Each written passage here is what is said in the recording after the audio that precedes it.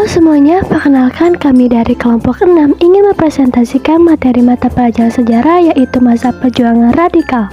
Disebut masa perjuangan radikal karena pergerakan nasional yang dilakukan pada masa itu bersifat lebih keras dalam melawan pemerintah Belanda. Mereka juga menerapkan asas non-kooperatif atau menolak bekerja sama.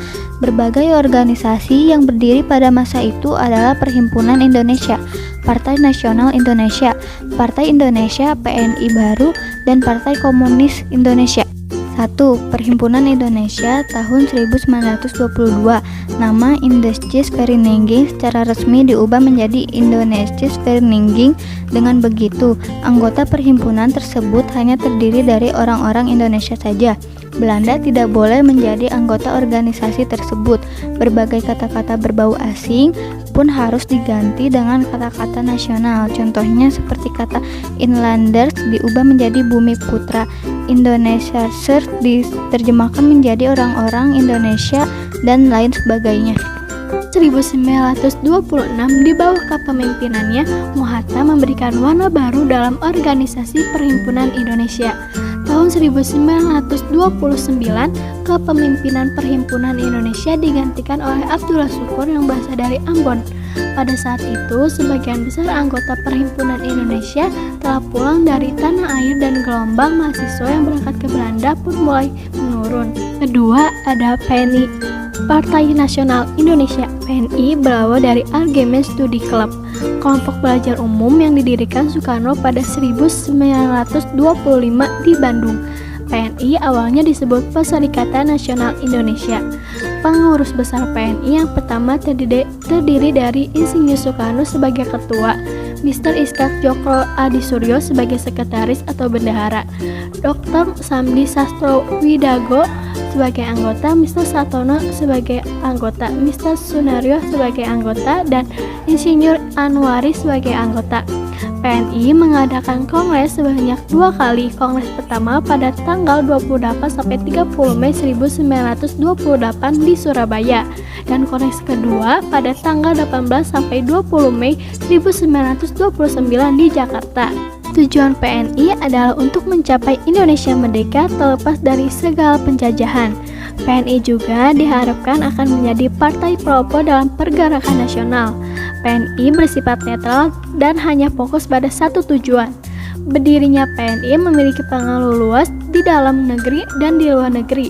PNI dengan berbagai organisasi lainnya sepakat mendirikan Federasi Perhimpunan Politik yang bernama Pemufakatan Perhimpunan Politik Kebangsaan Indonesia (PPPKI). Tanggal 27 sampai 30 Mei 1928 disahkan daftar asas dan usaha perkumpulan tersebut. Semakin luas berbagai usaha dari PNI. Pada 29 Desember 1929, pemerintah kolonial Belanda menangkap beberapa pimpinan dari PNI, diantaranya Soekarno, Maskun, Supri Adinata, dan Gatot Mangkupraja. Mereka diadili di Bandung karena telah membahayakan pemerintah kolonial atas beberapa tulisannya. 3. Partai Indonesia Patrindo. Pada 26 April 1931, Mr. Satorno, Manadi, Sukemi, Angron, Sudirjo, dan Suwiryo merencanakan untuk pendirian partai politik baru. Tanggal 29 April 1931, partai tersebut didirikan dengan nama Partai Indonesia Patrindo. Tujuan Patrindo adalah Indonesia merdeka. Jumlah anggota Patrindo pada 1933 tercatat sehingga 20 orang dengan 71 cabang.